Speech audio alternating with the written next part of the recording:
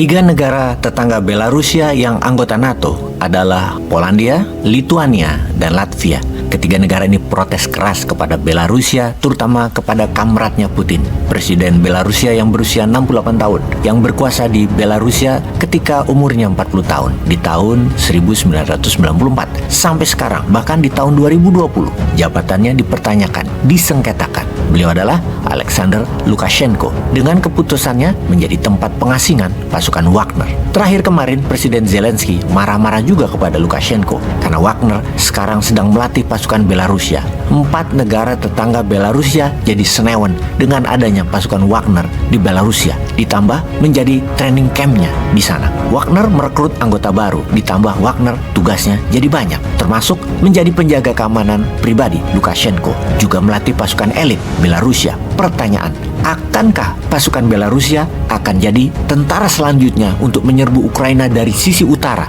yang hanya berjarak kurang dari 200 km ke Kiev, ibu kota Ukraina, dari perbatasan Belarusia? Kita lompat sebentar informasinya. Dalam video ini terlihat Ramzan Kadyrov menandatangani surat perjanjian kerja dengan Kementerian Pertahanan Rusia. Считаем, что все возможности для этого есть. Мы будем готовы обсуждать вопрос развития малого и среднего бизнеса, строительства, инвестиционных работ уже ведем какое-то время. Сейчас вот очень лично все поговорить, пожать руки. Уверен, что у нас получится.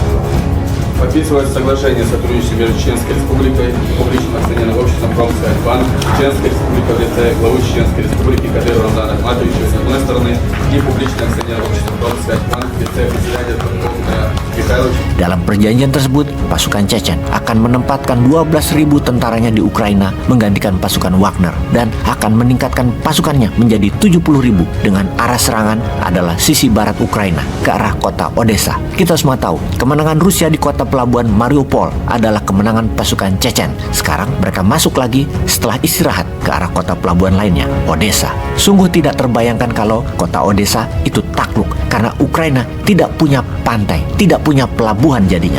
Namun kita juga semua tahu perang di Eropa tidak pernah sebentar, pasti lama, panjang, dan merugikan.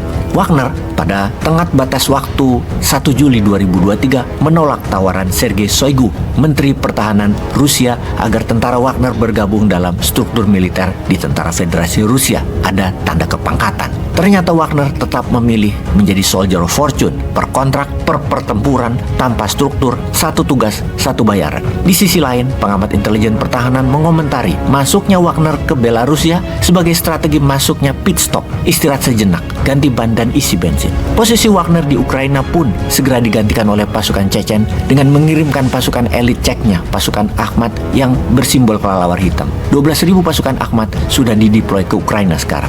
Ini juga pastinya yang membuat berang Zelensky. Ancaman dari utara kemungkinan dari Wagner atau tentara Belarusia. Ancaman dari barat sudah masuk dari selatan oleh pasukan Akhmat Chechen Warrior.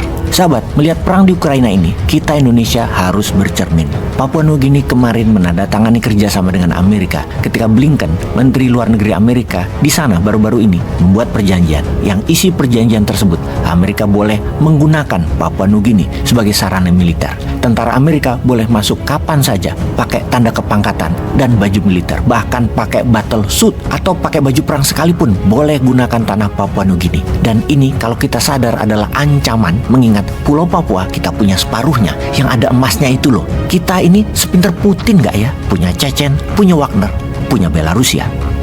Peace.